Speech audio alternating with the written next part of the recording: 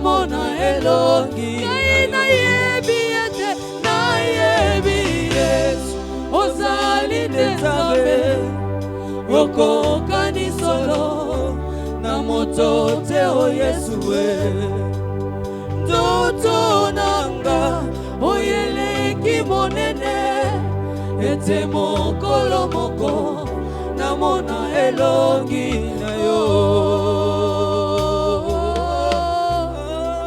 ye bravo santa ya babo ike bobo bobo ye kanda ya babo ezana makamu susu etikanga kimia tango nakomaka na présence ya Nzambe navandaka nayebisaka Nzambe soko tiki nga natikami soko bwaki nga nabwakami mokolo Yesu akozala te nga na suki mama nanga kufaka nazaka na bomoi mokili bwakisaka kasi nazaka na bomoi Yesu mokolo akobwaka nga nyonso yanga ekobwakisama Yesu mokolo akobandone nga nyonso ekotikama ne braba bobo santa ya baba yeka ya na bobo yokeloko atabaya ya baboy na bango kofula ngai na mbongo nandimi kutu yo Yesu yo moko fula ngai tocha elike na bayaya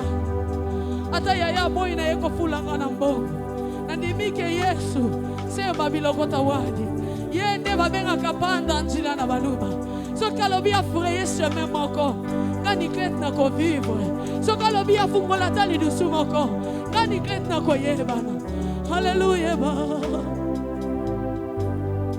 atabaya ya baboy na bango kofula ngai na mbongo nandimi kutu yo Yesu yo moko fula ngai pomo pepe oyebi mautali bumuna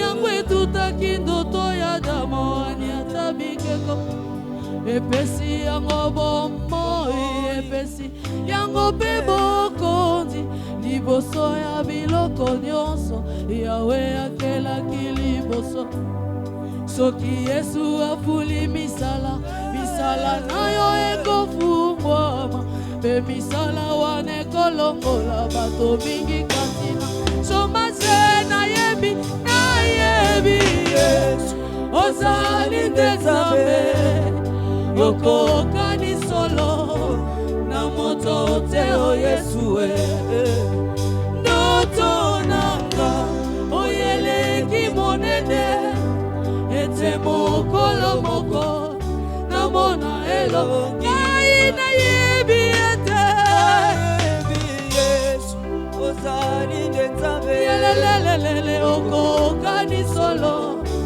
na moto te o Yesu ndoto nanga oyeleki monene ete mokolo moko namona elongi na yo soki ozana posa kola ta lelongi no na buto lelo betela e maboko betela Yesu maboko bien nani azalo kola ngai kozala cloué na kiti te kiti ko peso le côté lelo 6e jour olingi oyazo makaka ndeko yaki Yahweh kumama Yahweh kumama na yo Yahweh nanga yo kumama Yahweh papa bana kumama ngai natangi na Biblia ngai namoni Ana oyazalaki ekomba Masia opesi Samuele nanguya na yo mikolo ya bana yo pesa kama bota pesa na boyo bazangi bo bakumisa yo les 4 êtres vivants bavani pemeni na ya Nzambe bazali kotatola yo za mosantu yawe kumama Yesu bakambosela kabiso mitema otutsaka biso Nzambe vraiment natali na likolo natali na se mokota kokani na yo papa naliziba ya betesa yo bikisa malake papa nani akokani na yo yo leki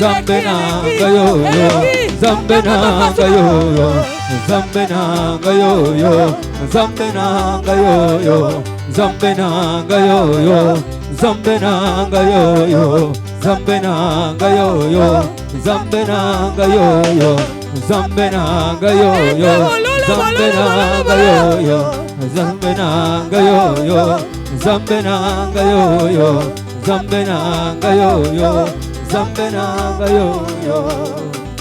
Eta bololo bololo bololo bololo. Ah, nakanta ki batu bazala babina koleka nganzo na leki. Juna yakaza na mama moko betanga penza. Azai koto. Leo na mone koto wana. Juana beta leo na leki. Na leki na église mo aseka boyo kusinga so. Na interface wa beta kinga kuna na aseka na bino. Awa ngana beti bino.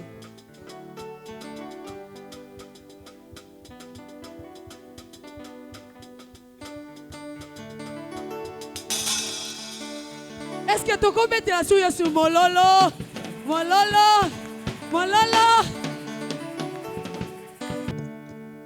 Otelemi ngai nafukami, onetwami na mikitisi, epai na yo nde nazwi bomoi ya libela seko na seko, oyo lobi nde nakotosa, oyo laki nde nakosimba, oyo sali nakobomba te, kumisa Nzambe na mawa, natatoli na bomoi na ngai, Yesu nde mokonzi.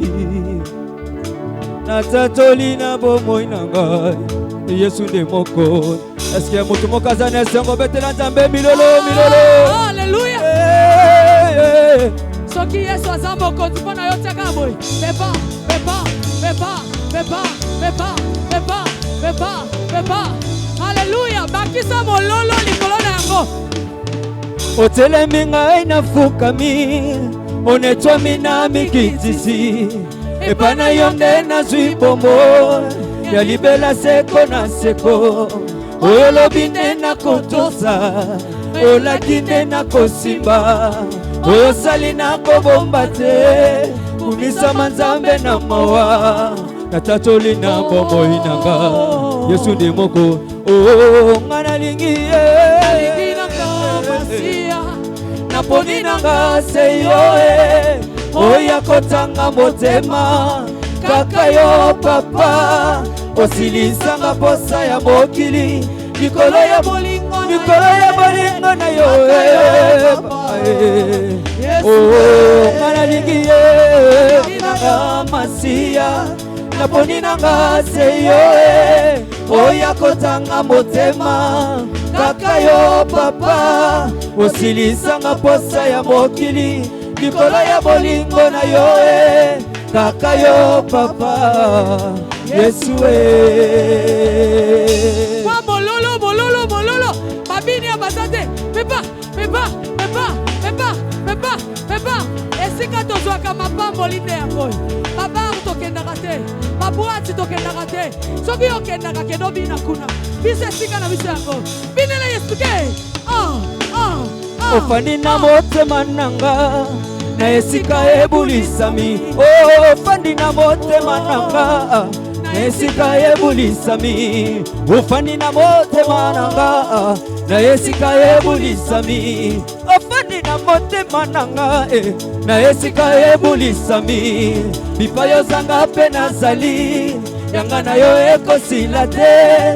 Moninga oya tango nyoso, oluna vide koyeba yo, yono sengeli ponanga, Yesu ya yoza malamu mine, natateli na bomoi nanga, Yesu nde moko. Oh, nga nalingi ye, nalingi nanga masiya, naponi nanga se yo oya kotanga motema, kaka yo papa, osilisanga posa ya mokili, likolo ya bolingo na yo kaka yo papa oh, nga nalingi ye, nalingi nanga masiya, naponi nanga se yo oya kotanga motema, kaka yo papa, kosilisanga posa ya mokili likolo ya bolingo na yo kaka yo papa Yesu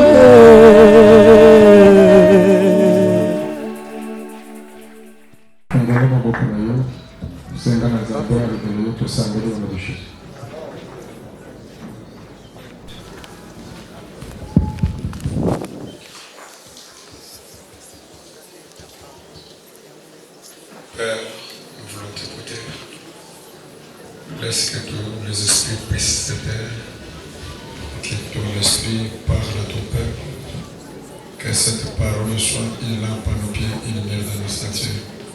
Qu'elle nous oriente au nom de Jésus. Amen. Amen. L'évangile, c'est Luc. Le 8e partie. 41, 42, 43 et 44e verset. Je lisais l'évangile Luc, le 8e chapitre, 41 au 44e verset. Nous lisons la parole avec joie au nom de Jésus. Amen. Voici, il y avait un homme nommé Jairus qui était chef de la synagogue. Et il se jeta à ses pieds et se plia d'entrer dans sa maison. Parce qu'il avait une fille unique d'environ 12 ans qui se mourait. Pendant que Jésus y allait, il était pressé par la foule. Or, il y avait une femme atteinte d'une perte de sang depuis 12 ans. Et qui avait dépensé tout son bien pour le médecin sans aucun prix guéri. Elle s'approcha par derrière et toucha le bord du vêtement de Jésus. Au même instant, la perte du sang s'arrêta. Parole du Seigneur.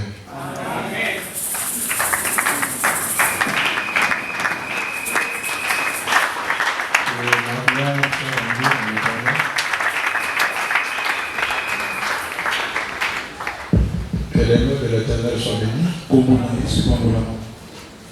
Lui qui ne cesse de nous protéger et nous faire du bien. Encore aujourd'hui, nous sommes comptés parmi les vivants. C'est la grâce de Dieu. Il mérite nos acclamations et nos cris. Est-ce que ma commune va connaître l'ensemble du niveau à Télévé?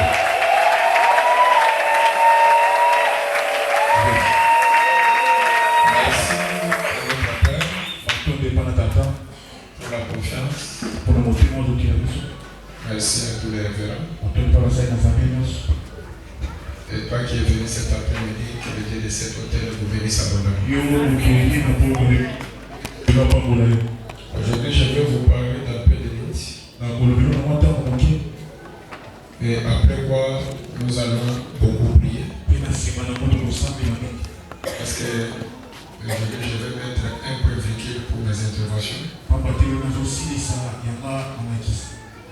Si Dieu vous prête vie, je pourrais retourner en haut pour participer dans l'équipe. Nous sommes dans la conversion. La conversion est différente des campagnes de prière. Malgré notre thème et des caractères prière, mais dans la conversion, nous devons tirer un peu des leçons, des enseignements, des choses qui peuvent mûrir, même quand nous prions. Je t'avais dit depuis hier que celui qui peut chercher la réponse de Dieu dans la presse, c'est celui qui a un problème. Et cet après-midi, je peux ajouter que celui qui peut chercher la réponse de la prière, ce n'est pas celui qui a les problèmes, mais celui qui s'est déjà fatigué de son problème. Parce que les autres gens ont des problèmes, mais qui trouvent normal de demeurer avec les problèmes. Mais celui qui peut chercher la réponse de Dieu C'est celui qui comprend que je suis fatigué de cette situation. Sincèrement, il faut que les choses changent. Pourquoi tu n'as pas dit Amen? Deuxième des choses. La présence de l'homme de Dieu est très très importante dans notre vie.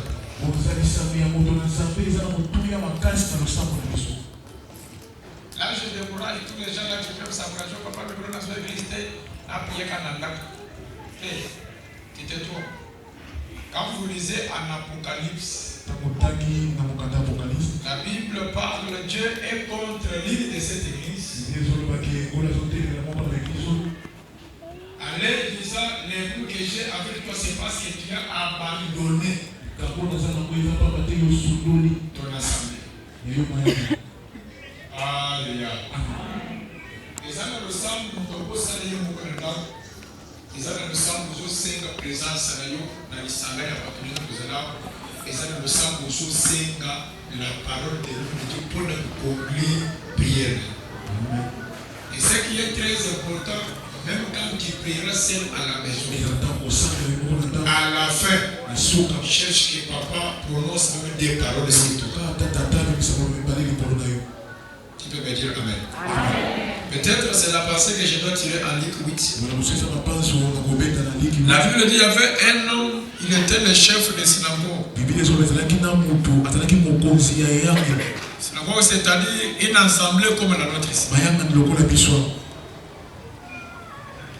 Mais à cette époque-là, ce sont les gens qui rejetaient en bloc la présence de Jésus comme le Messie.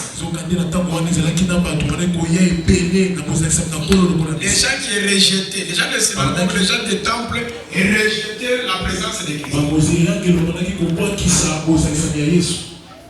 Ils ne croyaient pas qu'il était le Messie. Écoutez, même les sorciers de ta femme, même ceux qui te combattent, ils savent que toi tu as un vrai Dieu. Amen.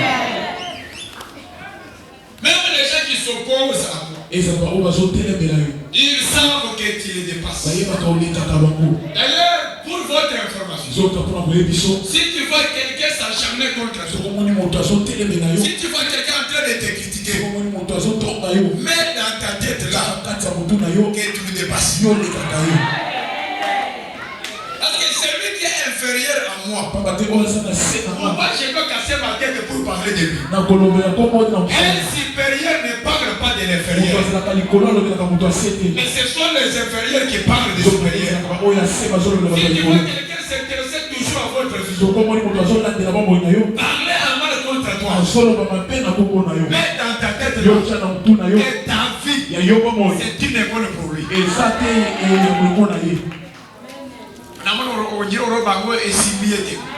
Et ça les nie.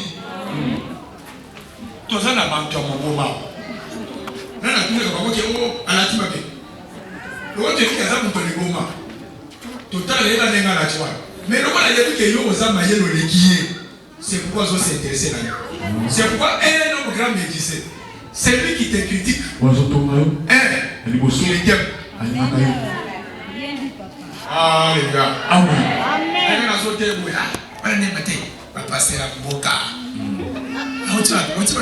On le village. Ne matin il y a une réponse déjà dans la prière moi. Nous sommes beaucoup par là. Amen. Amen. Mais ce qui m'intéresse pour cet homme, un chef de synagogue, sa fille en train de mourir. Sa fille. C'est-à-dire, elle était gravement malade. Je t'avais dit hier, s'il y a un esprit qu'il faut beaucoup combattre, c'est l'esprit des maladies. Aux hommes urbains, ça mélange à nous à la bonne santé. Sinon, même au mensonge, à vous parler de vous, on dit aux Antilles, n'était pas né. Pourquoi on va mettre la bière? À vous parler de vous, mais ça va mal.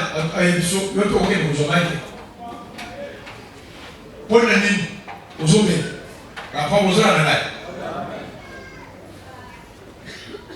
ça ne m'a pas malade de nous sur le roi, et comme ça va se faire poli. À combien poli? On a même un fou fort dans la tête. Alors, il y a un méchant.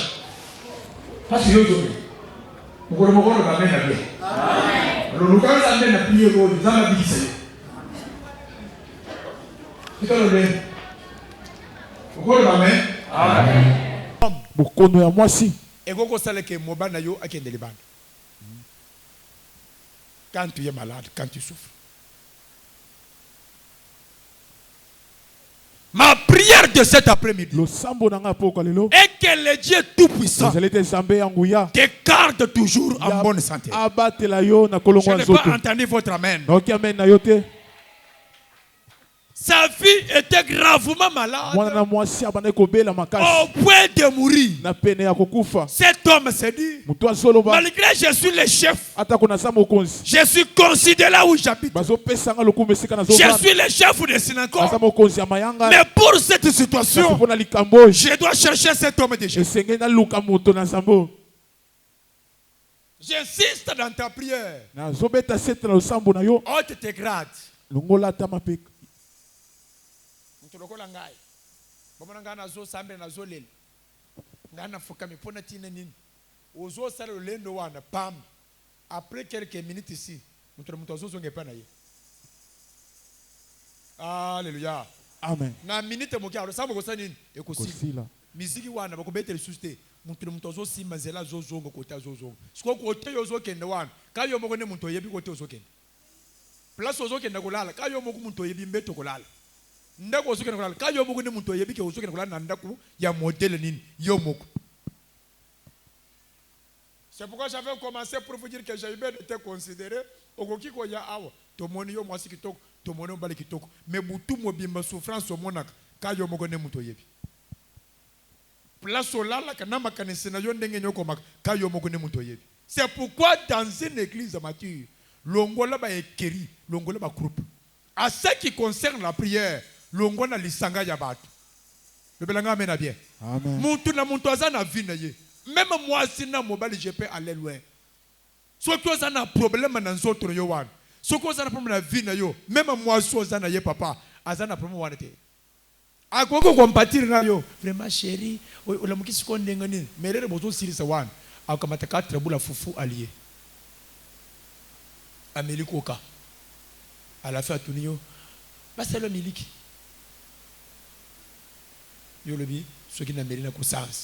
C'est ça la vie de l'homme sur la terre. Alléluia. Amen. Ce n'est pas ça que nous jouons. Kaka après il n'en a pas. Akeko bala. Mibali basé la kate. On dirait comme la Bible qu'il faut poser le 10 ans. Bible le bien le quoi n'était. Pourquoi le bamène à bien? Amen. Mais oyo akesanini asakei. Ce que ça bitumba famille na ye, ce que ça bitumba ya génération na ye, ce que ça bitumba ya belle famille to yebite. Mais asanini akei. Bete lanza maboko.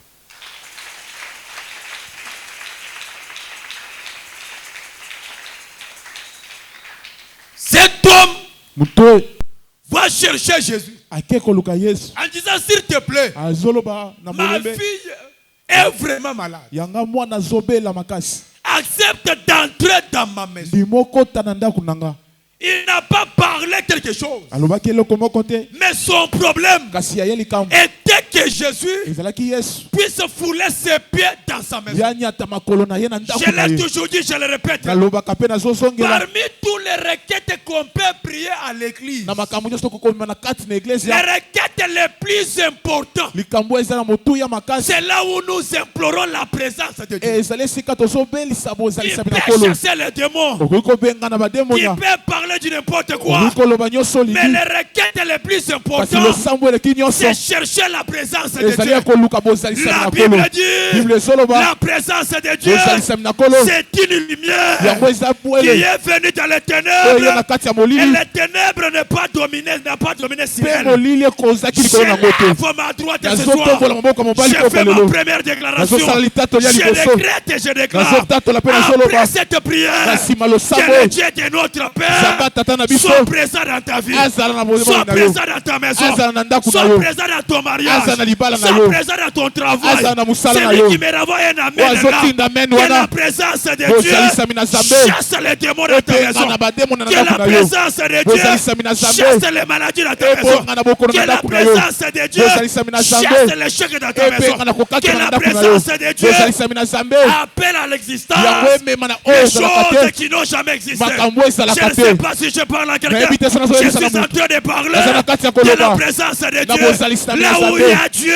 esika kolo il n'y a azali pas la mort. kufesa Là te où il y a Dieu, esika kolo il n'y azali a pas l'échec. ekakemesa Tant te qu'on a soloba, Ah. présence na Dieu, eh bien, on a pas maladie à mike na ndako na yo. Amen. Eh bien, on a échec na kati na misala na yo. Amen. Oh, ya lobia mena collègue voisin, quand tu sortiras le matin, Kata okobima na tu ne ntongo. seras pas seul. yo kozala yo moko Le Dieu te de mon Père Nzambe papa na nga. sera avec Ya toi. kozala na yo. Le Dieu de Luboya Nzambe Luboya. marchera avec Ya toi. kotambola na Je yo. suis en train de parler Nazala kati ya koloba. à un commerçant, Na moto asalaka à mosala une mbongo. commerçante. Na moto asalaka mosala Quand tu mbongo. sortiras Na ntango yo pour kobima, aller au marché, mpona kokende na wenze. tu ne seras jamais seul. Okozala yo moko te. Le Dieu de mon Père Nzambe papa. sera avec Ya toi. kozala na yo. Je ne sais pas si Bazwa je parle à ebite quelqu'un. sabi na mutu. Même si celui qui est à côté de ezala oyo toi, avandi c'est pembeni na un yo magicien. aza mutu anganga Celui qui est à droite, mutu aza na maboko ya mwasi c'est un sorcier. aza ndoki Toi, tu es au milieu. Yo eza na katikati. On ne t'étouffera pas. bakosimba yo Parce te que ton Dieu pamba te sambe na est yo plus fort aleki bango na que nguya leur Dieu. ezala sambe na C'est lui bango qui me dit amen. oyo asoloba mene Là wana où tu travailles, esika dans osalaka la société là,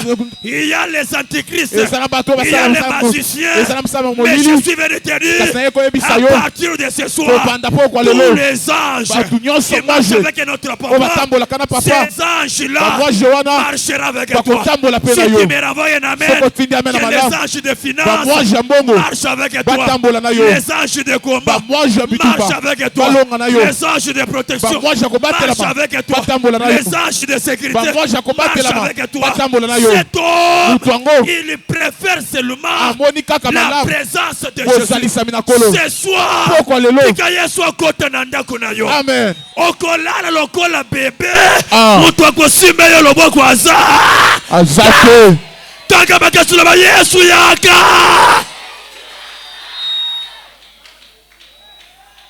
Accepte ndima d'entrer okota dans ma maison. na ndako na nga Il savait, ayebaki quand Jésus arrive, ntango yesu azoya même si l'enfant est malade, ezala mwana aza na bokono même s'il serait déjà mort, ezalisi akufaki sa présence, bozalisami na c'est yesu la vie. eza bomoi Laisse-moi te dire, tika nayebisa ce yo soir, mpo okwa lelo dans ta maison, na kati ya ndako na même yo s'il y avait déjà l'esprit de mort, ezala molimo ya liwa la ezalaki présence de Dieu bozalisinami na nzambe va ressusciter les morts. yango kolongola akufi Si j'ai peux en transcender les étapes, soki nakoki koleka yo epimbelo suivez-moi bien. landanga Quand malamu Jésus est arrivé dans la maison de cet na homme, ntango yesu akomaki na ndako ya moto yango avant qu'il n'arrive, yambo akoma les gens sont venus lui dire, bato baye koyebisa ye jairus ne t'inquiète pas, komitungisa ne te tourmente pas Jésus. kotungisa yesu te Ta fille là, mwana na mwasi elle wana est déjà morte. yesu akufi Tout comme pour dire que mpona koyeba Jésus pouvait seulement guérir les malades, ezoki kobikisa kaka babeli mais ressusciter les morts, kasi kosekisa bakufi il ne peut pas. akoki te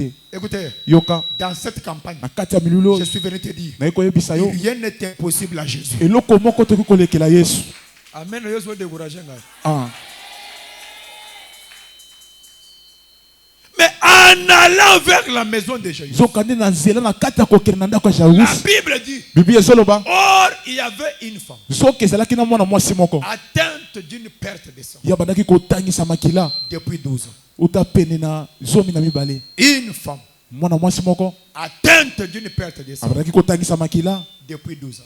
pene na mibu zomi na mibale eloko ezotala La nga Bible dit, bibi ezoloba elle avait souffert dans la main de plusieurs médecins. aya nyokwamaki na maboko ya minganga ebele Elle avait dépensé tous ses biens. asalelaki biloko na ye nyonso Aucun soulagement. azwaki eyano te Je vous avais dit hier, nayebisaki bino lobi Les médicaments qu'on nous donne dans des pharmacies, dans des hôpitaux là, ça ne guérit pas. Amen. Amen. Un jour, moko, na bana ko ka fièvre. Parce que na ko maladie nini. Ce qui dit bon passe, ce qui nini. Nga na yeba nga ba kisite. Na miki endela na pharmacie, na somba kisi moko bona sina bo serpe na ko mba kisi. Na meli na yoki bien. Ce qu'on après na ko bi se frère mo azamoko na ba serviteur na za corps médical. Mais ça a toujours aller de bon donc ça nga passe na somba kisi soyo na meli ki. C'est mais oyo kisi oyo. Eza kisi ya fièvre. Donc maladie na banako bela na kisi nga na somba ki wana. Eza kisi ya maladie wana te. Mais le colo konjima na ngebi sake na melango. Na melango pe na biki. Obeza na ba maladie mususu, même le muto so ki n'est pas munganga. Vous avez na passer na biso moko azaki munganga. Maman moko azo papa, fièvre na zola la tête douleur zo to mobim. Ba c'est l'examen. Ba monique ba pesa ba comprimer moko boya mela e ko sili. Maman dit papa, na photo blanca tunga. Na monene ko gravité. Mais là, je suis maman qui est amélie l'eau. Papa n'a là, il était douleur et matil. Tobolanga tonga. Parce que la seringue avec des vitamines plein. Maman zoni. Na poko maman yana kuseka. Papa, il m'a dit que tongo pesinga na tongo na yoki douleur nyos. Les gars, moi zani konjimana c'est qui a nini? Ya tongo. C'est pourquoi nous avons fait moko. Tout le monde a fait mai awa. Pour y aller pour mon exemple sali. Faut pas payer mai, pas payer sur pomme. Muso ba ko payer sur na matungulu. Na mungwa. Tu peux payer na mungwa. Faut pas se kana quoi. Même huile d'olive, ba zote kana ba kiosque. Et comme on dirait konjima ya bantu nyos huile d'olive. Moko c'est ça mon Dieu c'est papa. Pour le connait. Pas qu'on a huile d'olive. Yo moko ko mi mutei na ngai. Qu'est-ce qui est caché dans l'huile d'olive au bazo tekena kwe? D'ailleurs, basi ba pirata payant. C'est pourquoi dans la prière, la foi est très importante. Tu peux prier pour quelqu'un, mais s'il n'a pas la foi, il ne verra rien. Cette femme, la Bible dit, elle a dépensé tout ce qu'elle avait. Tout ça des maladies. Il y a une situation qui est bamboula boni. Parce que nous cause les yeux combien de temps. Souffrance nous cause les yeux combien de temps. Ce soir, nous avons eu besoin de ya pesa kabiyana. Amen. Amen. Amen.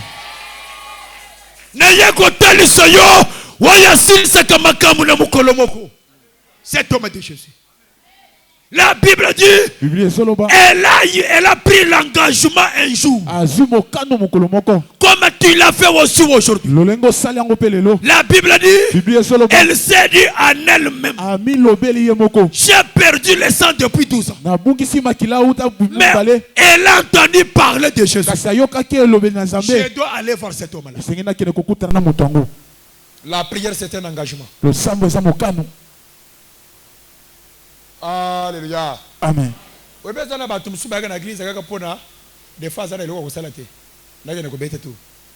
Il y a un peu de monde. Il y a un mis sur gauche, mis sur droite. On m'a dit. Là, ça n'a pas. Fait. C'est là, dans 30 minutes, ils ont vidé. La combo na Yesu. Vous sentez que c'est seulement son corps qui est venu. Mais son esprit est resté. La prière, c'est un engagement. J'ouvre une petite parenthèse pour aider les éclats. Quand on parle de la femme, on parle parle de l'église. La Bible dit, cette femme, pendant 12 ans, elle perdait le sang. La fille de Jairus, elle avait 12 ans, en train de mourir. Oh, le chiffre 12 dans la Bible représente Israël. Et quand nous parlons d'Israël, Israël a été conduit, dominé par la loi. Oh, la loi, c'est la mort. Il avait fallu que Jésus vienne avec la grâce. Raison pour laquelle je suis venu dire à quelqu'un ce soir, si la loi de ta famille a porté la mort dans ta vie, ce soir, je lève ma droite, je décrète et je déclare, toi, tu ne mourras pas à cause de la loi de ta famille. Toi, tu ne mourras pas à cause de la loi de ton quartier. Je ne sais pas si je parle à quelqu'un. Soit qui n'a famille na yo, bacha mo bego ke bantu bako umela na mokilité. Na sakora le corona yo ko umela na se ya moyo. Na solo belanga mena bien. Na sakora le corona yo. Soit qui n'a famille na yo, bacha mo bego ke bantu bako kende musikate. Lo wane kwe yo kende musika. Amen. Soit qui n'a famille na yo, bachalwa ke bantu bako bala mabala ya malonga te. Lo wane kwe ya bala. Soit qui n'a famille na yo, bachamwe ke bantu bako so ba diplôme to momate. Mobeko wane kwe yo tanga silisa so ba diplôme ya bien. Oya lo bien mena collègue voisin, je suis venu te tenir à la main. Par la foi, je te tiens à la main. Je te lève ce soir. Je t'ordonne, marche sur la loi de ta famille. Marche sur la loi de ton quartier. Marche sur la loi de ta belle famille. Si tu es fort, reçois la puissance de Syrie volée au-dessus de la loi. C'est lui qui me dit Amen. Le contraire de la loi, c'est la grâce. J'ai prié à Dieu ce soir que le Dieu de mon Père t'accorde la grâce. Là où tu ne méritais pas, là où tu ne pouvais pas, là où tu étais condamné, ce soir, que la grâce de Dieu puisse te qualifier. Olobelinga mena bien. Attention que ça ne longia bien te. Ngolu na nzambe peso libala ya bien.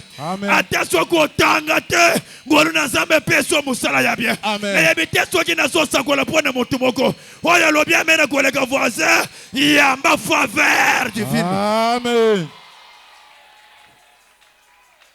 Cette loi apporte la mort. Raison pour laquelle, même quand elle arrive là où était Jésus, elle trouve la loi.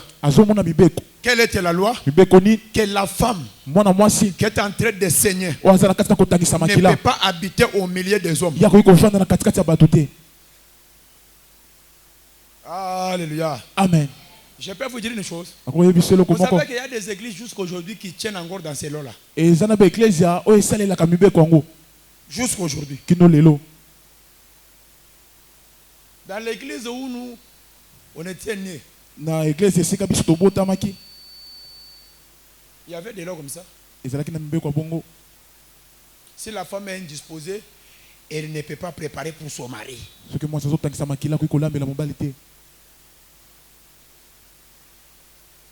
Azana nzungu na ye, azana kopo na ye, azana kibakuri na ye, soki akei kuna okomona akomeko lambele biloko na ye apart. Akokota pe na église te. C'est ça la loi. Il y a des églises là qui ont fait de cela la doctrine jusqu'aujourd'hui. Mais ce qui m'étonne c'est quoi? Dans la même loi on a parlé aussi de l'homme. Mais dans les églises là, on ne condamne pas les hommes. On regarde seulement la femme. Alléluia. Amen. La loi a été toujours pour l'avantage de quelques-uns et le désavantage des autres. Elle trouve la loi qui disait une femme comme ça ne ne peut pas habiter au milieu des gens. Même s'il touche quelqu'un, celui-là devient souillé à cause de cette femme. Maintenant, Jésus était au milieu des gens. La Bible dit il était pressé par une grande foule. Quand la femme vient, elle se regarde. Elle se dit, si je peux passer par les devants. Il y a les gens qui me connaissent. Il y a les gens qui connaissent mon état. Il y a d'autres personnes. Même quand tu viens à l'église, tu as comme l'impression que les gens te connaissent déjà. Que toi, tu ne peux rien faire dans la vie. Par rapport à votre origine, par rapport à votre famille. Ce soir, je suis venu t'annoncer un Dieu qui a les yeux devant et qui a encore les yeux derrière. Mais qui me dit amen là. Cette femme s'est dit, tout le monde parle physique. Ils connaissent les yeux de Jésus par le devant. Mais moi, par la foi, j'ai créé les yeux par derrière. Écoutez, la foi dans la prière est capable de mettre la chose là où il n'y en avait pas. Je lève ma droite par ta foi ce soir et reçois la chose que tu as longtemps cherché. Mais qui a dit amen là? Amen. Cette femme s'est dit, si je passe par devant, la loi peut me bloquer. Je passe par derrière. Je déplace les choses qui sont devant. Je les amène derrière. Et elle est venue par derrière. La Bible dit, dans son cœur, elle se disait, si je puis seulement toucher les pans de sa robe. Un homme, une femme, des fois, quand il s'engage dans la prière, il n'a pas seulement besoin qu'on prie avec pour lui beaucoup de temps, qu'on prophétise, qu'on parle. Non, une seule parole c'est fait. Mais yo sogoye, papa, le ko zo chubanga ya, mukongwe katanaki. Miso zo monate papa, le kero ko ngire kuchinga na zolo. Au lobby aussi ici d'ailleurs papa les gars s'amène papa avant s'amène mon jour on a l'autre qui ndoto moko kaka nenga na l'autre bazo betanga massage tata na tongo mukino ko muteme zo betanga ai sko ndoto wana avant l'autre tango sko mercredi wa le kaki vazen na biso l'autre nyonso lobby wana papa ebisio va en paix, que le Seigneur te bénisse.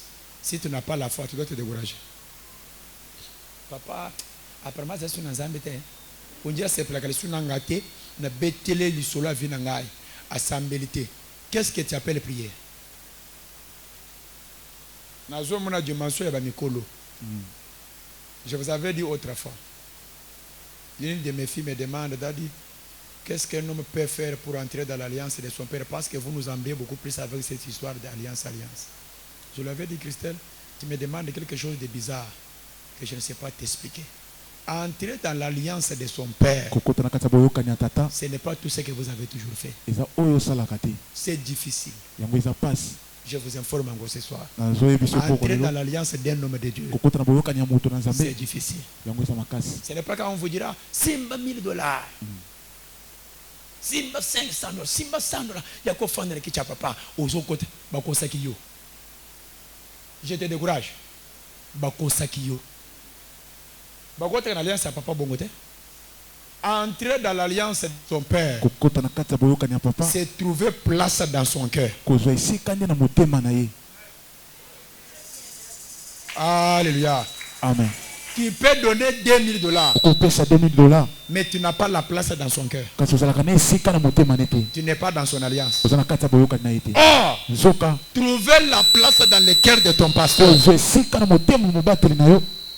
c'est vivre selon sa vision, son esprit et ses instructions. Il y a que même ceux qui assemblent la tangi kombo na yote, mais tellement que vous allez kana motema na ye, automatiquement vous en alliance na ye. Et puis mon modèle one, Aza pas seulement baiser papa faut comme ça y est. Assemble pona ye. Abaluka ye. Ndena mona na Facebook pasteur bako bato côté na makolo na ba mami kolete. Ba njini bazo côté bazo. Surtout ba maman. Bol nga ba cérémonial. La c'est bazuna na mai bazingio. Pas de sécurité. À la fin ba katisio nan. Bazo sa elo musala. Musala ya jeka mine to yemiba. Okolo ba mena bien. Amen. Tout ça ce sont des stratégies. Mais ce qui est important, c'est être dans l'alliance de ton père. Cette femme s'est dit, je n'ai pas besoin qu'il prie pour moi. Je n'ai pas besoin qu'il parle. Mais j'ai besoin seulement de toucher. Je suis venu dire à quelqu'un, le toucher, c'est une haute dimension de la prière qui apporte la réponse. Il peut parler à quelqu'un, mais tu ne touches pas son cœur. Tu ne touches pas son esprit. Écoutez, même dans la prédication, quand tu vas prier, alléluia, avant de prester, demande à Dieu que quand je parlerai, que mes paroles touchent le cœur. C'est ça ce qui est très important. Tu peux bien parler français, tu peux bien interpréter l'écriture, mais si tu ne touches pas le cœur, ta prédication est nulle sans effet. Maintenant, écoutez, les toucher, c'est la haute dimension de la prière. Cette femme s'est dit, quand je vais là, je ne vais pas parler avec lui, mais je vais seulement toucher. Ce soir, j'ai besoin de papa, j'ai besoin de maman, j'ai besoin de jeunes frères, j'ai besoin de jeunes sœurs qui peuvent toucher Dieu dans la prière ce soir, afin que Jésus puisse suspendre sa marche pour opérer dans la vie d'une autre personne, que ta prière puisse l'arrêter et qu'il donne la réponse à ton problème. Je lève ma droite, j'engage le Dieu de mon père, j'engage le Dieu de l'Uboya. Ce soir, que l'Éternel s'arrête pour toi. Celui qui me dit amen là, pour ton problème là, il doit s'arrêter ce soir. Pour ton mariage, il doit s'arrêter ce soir. Pour ton travail, il doit s'arrêter ce soir. Celui qui me renvoie un amen, soit la première personne à recevoir la réponse dans la prière de ce soir. Écoutez, peuple de Dieu, en quittant là où il était, il n'allait pas pour cette femme, il allait pour Jarius. Mais le toucher de cette femme l'a fait arrêter. Même toi ce soir, tu dois faire arrêter Jésus. Si tu me renvoies un amen, même s'il était en mission, vers quelque part, il va suspendre la mission à cause de ta prière. Ce soir, il reçoit ta réponse. Si je peux seulement toucher, je touche quoi? Les pans de Saro. Or, le sang, c'est la vie.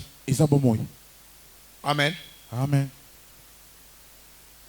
Elle a compris que mon problème, ce n'est pas le grade du sacrificateur. Mon problème, ce n'est pas le chapeau du sacrificateur.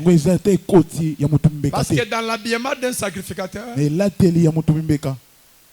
y a un langage. Le chapeau d'un sacrificateur, c'est un langage. La ceinture d'un sacrificateur, c'est un langage. Les 12 grades qui étaient sur la poitrine du sacrificateur, c'est un langage. La robe du sacrificateur, c'est un langage. Les pans du robe d'un sacrificateur, c'est un langage. Maintenant, la femme comprend par rapport à mon problème. Je suis en train de mourir. Je n'ai pas besoin de son chapeau. Je n'ai pas besoin de sa ceinture. Je n'ai pas besoin de grade. Je n'ai pas besoin de sa robe. J'ai besoin du pan de sa robe. Or, au pan du robe d'un sacrificateur, il y avait les grenades. Il y avait des boules comme ça. On les appelait les grenades. Chaque souverain sacrificateur, avant d'entrer dans les lieux très saints, une fois par an, il doit vérifier qu'au pan de sa robe, il y a des grenades. Pourquoi les grenades au pan de sa robe? Quand les sacrificateurs entraient dans le lieu très saint, s'il entre bien, il sortira en vie. Mais s'il entre mal, il ne sortira pas en vie. C'est pourquoi en entrant dans les lieux très saints, on liait chaque sacrificateur avec un corde. S'il tombe, qu'il meurt là-bas, les gens ne peuvent pas entrer pour récupérer son corps. Alors on doit les tirer. Alors qu'est-ce qui signifiait la vie ou la mort du sacrificateur dans les lieux très saints? C'était les grenades qui étaient au pan de sa robe. S'il est vivant, en train de tourner et faire les sacrifices, les grenades qui étaient au pan de sa robe étaient en train de crier. Les razo tambola, ba grenade on esaka mabendezo tutana. Ezo pesa moi somo boy. Kala. Ba obazana lié saint. Bazo comprendre qu'il est vivant. Soit qui ba yo qui ba grenade des eaux bouger les sous-souté. Ba comprendre que ça nini akufi. C'est-à-dire les grenades qui étaient au pas du robe de Jésus. Comme il était le souverain sacrificateur, c'était la vie. C'est pourquoi cette femme s'est dit, je n'ai pas besoin de toucher toutes choses. Parce que les 12 grades là, c'était la charge de 12 tribus. Mais cette femme s'est dit, moi j'ai besoin de la vie. Je dois toucher là où il y a la vie. Une bonne prière est focalisée à ton problème. Le camerounais a mariage, il y a sans amis qui pèsent un libal. À tel soko za na katikati ya bantu, bantu bazo seka yo, il y a sans amis qui ngana soko nini libal. Soko la camerounais anini, poste na libal. Senga zambe loko likinza basale yo. Kapia za. Ngolo pesanga diplôme. Naje na aucun diplôme. C'est un exemple. Nous tu comprends le mariage à moi, on n'a pas le mariage qui est présenté parce que c'est pas d'autres va programmer jour à mariage. Caméra. Bon, il y a peu hasard koyote. Na ba no baza bilongi mabe. Moi na moi so na za na kati.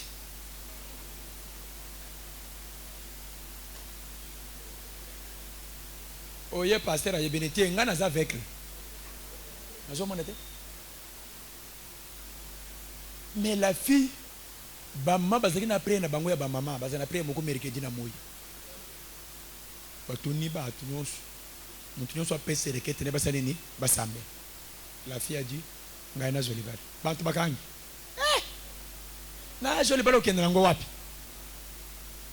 On passer bisi bango me muntu apesi nde rekete na yi. To sambe. Basambe basilisi. Un jour, na famille, nous avons fait un il y a d'abord moi, ça, je vais savoir, papa, le but est que ya. On appelle le boya kaka. Le but est ya. Boya kaka. L'air baillé. Na jonaye. Le papa, le gars t'a informé que dimanche, il faut te bien la famille, tout ça, nous sommes au heureusement, baza baluba. Lo bazaka na makamwa mindondo te nakangeli famille mobala ye o ayakina na kosala na konkongo azongi o azongi ba kreso kilo mususu ni ba pesi facture te o fo swa ya siko ko facture mais so mindondo bozo sala po boza bijou boza ba mami wata to zanini moni biloko wana ba koko na bino ya bambuka na bino wana ba lenga kite bobala nde bachabinu na mindondo ebele kende zonga kokoko zonga chifunga mulangu nyonso ana ya nini muntu soki alingi abala akoya lelo asali nyonso okomona famille moko lelo te mbala moko te kendeka kozonga lisusu ebongo soki naza presse nazo voyager nekepe kono kotena pe na bijou otigalisi o banda pesa kaka nani basenga facture ti lelo bakende libele pona nini Na tuni frère, ozo ke na kosala o te papa, na ok na kobala. C'est vrai. Na bengi serviteur mon papa ya. Kenya na bango samedi. Ba keyi mwana bala tshele boko na poche. Taka taka taka taka. Apes. Dimanche passé, ça fait des semaines. On tout présenté bango na yebisa église. Na bino nyonso ibana basio so bozala. Pour que le biloko na ilongi. Moi si kitoko église oyo. Papa, alléluia. Yo zomi mona ke oza danger mais obalité. Oh babalo, ndasa kitoko le kebenyos. Tout ça c'est quoi? Le complexe dans la prière. C'est pourquoi nazalaka contre famille ko fanda place moko na lusam. Ba camarade ko fanda place moko na lusam. Boyeze la moko bozo beta masolo na ba prière ko boye pe bo fandi place moko. Lelo ba ko biso ke senga nzambe ko lingo senga. Hôtel mo panze na hôtel bijou. Soki nous soko sengi, eza pe bien. Mais soko boko mina ndako. Ko so yope. Na yogi nengo ba ko tokisa pona libala. Oso tuli. Déjà automatiquement à ko déconcentrer yo. C'est pourquoi ba protocole bo sunga kabiso. Ba camarade ba fanda ke place mo na église. Famille ba fanda ke place mo na église. Ba koza la ba camarade me wazanduki. Et bon to yebani bilongo to yebani mitem. Cette femme a focalisé son problème. Mon problème c'est la vie. Je n'ai pas question de tout ça. Elle a touché au pan de ça. La Bible dit à l'instant même. Notre grand thème est intitulé Golo ya no langage. Un Dieu de réponse sur place. La Bible dit à l'instant même. La perte du sang s'arrêta. Tikalo sambu na yo ya lelo. Ebo tambu makaka lelo. Amen. Nana sana kujuma lo belanga mena bien. Amen. Na lobilo sambu lelo. Ekende na makambu lobite. Kaka lelo samba pesa bien. Amen. Moya lo bien mena koleka voisin. Ceux qui voisin comme mana réponse te. Yo sobi mana réponse na yo. Amen. Tenga na so sakola.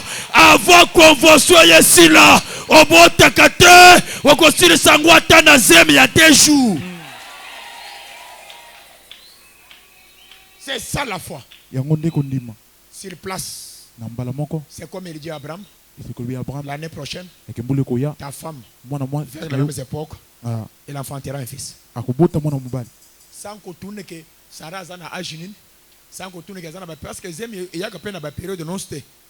Bon, mais lorsque Nzamba Zolo sur place, calendrier se reculé, le belanga mena bien à pourquoi Zambia bouleversé calcul ya batu abebi saba mathématique ya batu a compliqué oyo bantu bayeba na yebisa ke mwana moso na kotala boy elongi mabe mengolu na Zambe pese libala mema yo na pourquoi lelo tika Nzamba papa a visité yo. Amen. Visitation divine en touro et tika yo na elembo moko na vie na yo. Amen. Et tika yo na témoignage moko na vie na yo. Amen. Au nom de Jésus.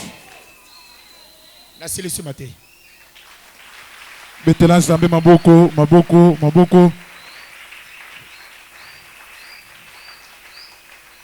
Koya église est bien. Mais ko simba Nzambe, c'est très important. Il y a les choses il faut esengele sala maka sur place. Nengo fanwan, yana makamusu fo Nzamba pe ses réponses lelo. Lelo tozo banda na prière d'autorité. Toko silisa na prière de supplication. Loi nini wezo kanga vina. Loi nini wezo dominer le kolo ya famille. Mwana mama ya prière. Soko zo bela ya gravité. Et que esprit moko zo ebise ko toujours fanda kana se. Soko za ndokité bazo lokayo. Na mama ya prière ba telemi. Yo zo mona ke ngai fona fanda. Eza malheureux. Nazana posa au banc de prière. La loi, c'est une puissance qui peut bloquer de génération en génération. Beaucoup qui kotanga bosilis, beaucoup qui ont diplôme, Beaucoup de salé peine à misala, beaucoup de bala. Mais là où il y a la loi, souka souka, beaucoup de regretter kaka. Bien aimé, nous avons posté batindi ko na pourquoi. Musique na nuté. Nous avons posté na yoka lo kitro ya prière, maboko na maloba na yo. Uzo beta maboko zo besanzamba loboye ke papa. Mobeko nyonso bachelanga na finance, mobeko nyonso bachelanga na mariage, mobeko nyonso bachelanga na promotion, maboko na sobeta ekweya na kombo de ce qui sont dans la prière.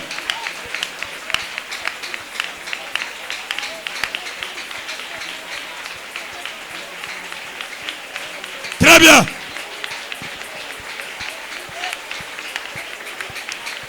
Très bien. Golo pambolo yo moto so sambelo so bete maboko. Telemela loi ya famille na yo. Telemela loi ya makila na yo. Telemela loi ya kombo na yo. Telemela loi ya bisiko so fanda sala prière. Alléluia.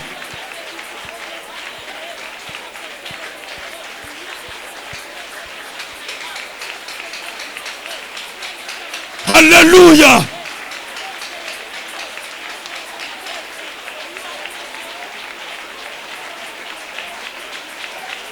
Alléluia. Lolengo so sambela wana mobeko so kwe.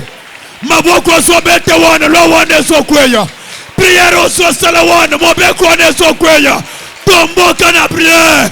Bela la moto na zambe kita tomboka.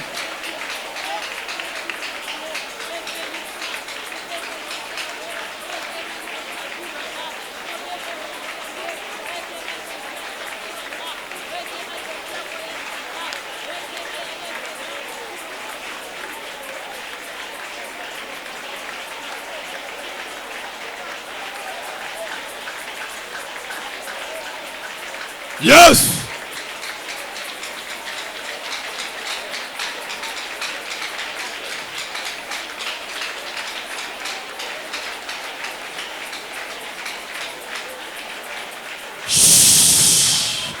Wono die. Beta bokolo bana kombo na Yesu.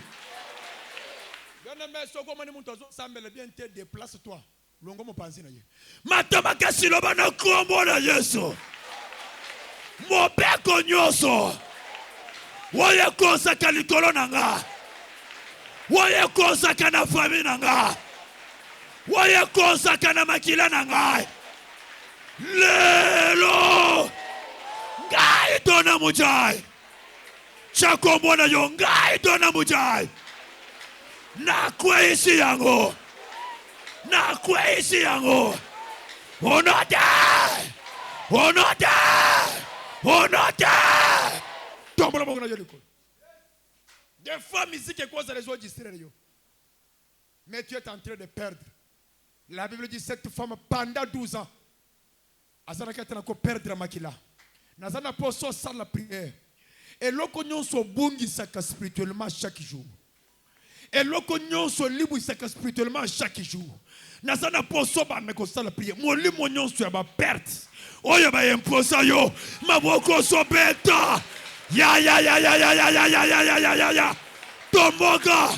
Tomboka. Sala la prière. Très bien. Très bien.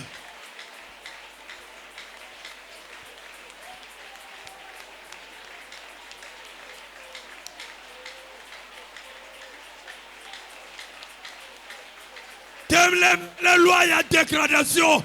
Espignon soit soit qui s'accueille dans le ciment. Espignon soit qui te s'accueille. Moi, les moyens sont ma perte. Perte ya ma relation. Perte ya mongo. Porte ya libala. Perte ya misala. Maboko sobeta. Lo sabo so sala. Lelo. Esprit wana. Molimo wana. Ebana kokanga bisaka. Ebana kokanga bisaka. Ebana kokanga bisaka. Sala prière. Oh!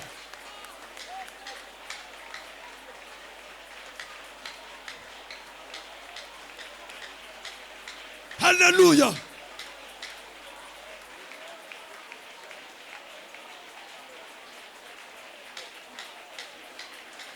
Alléluia.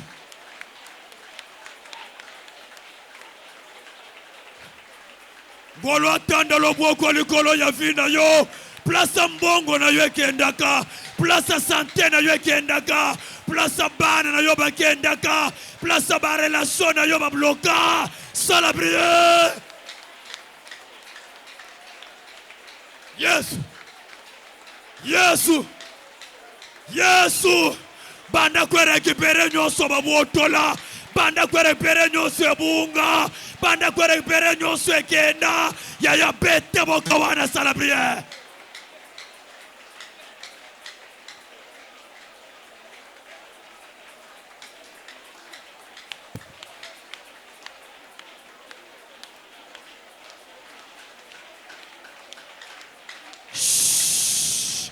Wonote Beto bokolo ba fire Mata makasilo ba fire Mata le susulo ba fire Mata le susulo ba fire Loba lelo Yanga inyoso Bayiba na molili Nabungisa Mbongo nanga Sante nanga ba relation nanga Foko lelo Esonga Esonga Esonga Esonga Onote Onote Onote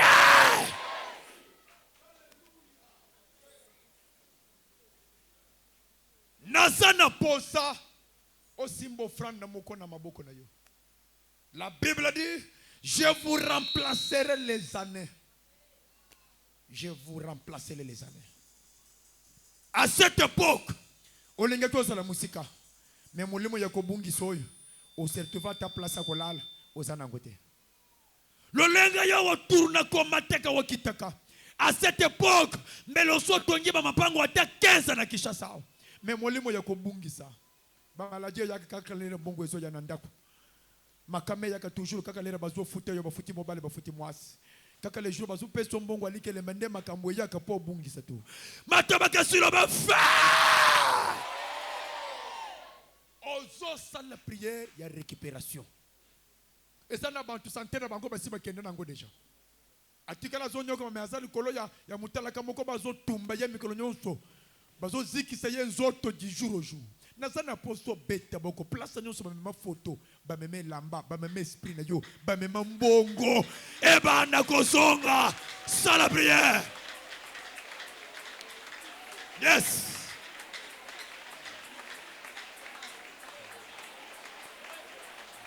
Oh! Alléluia.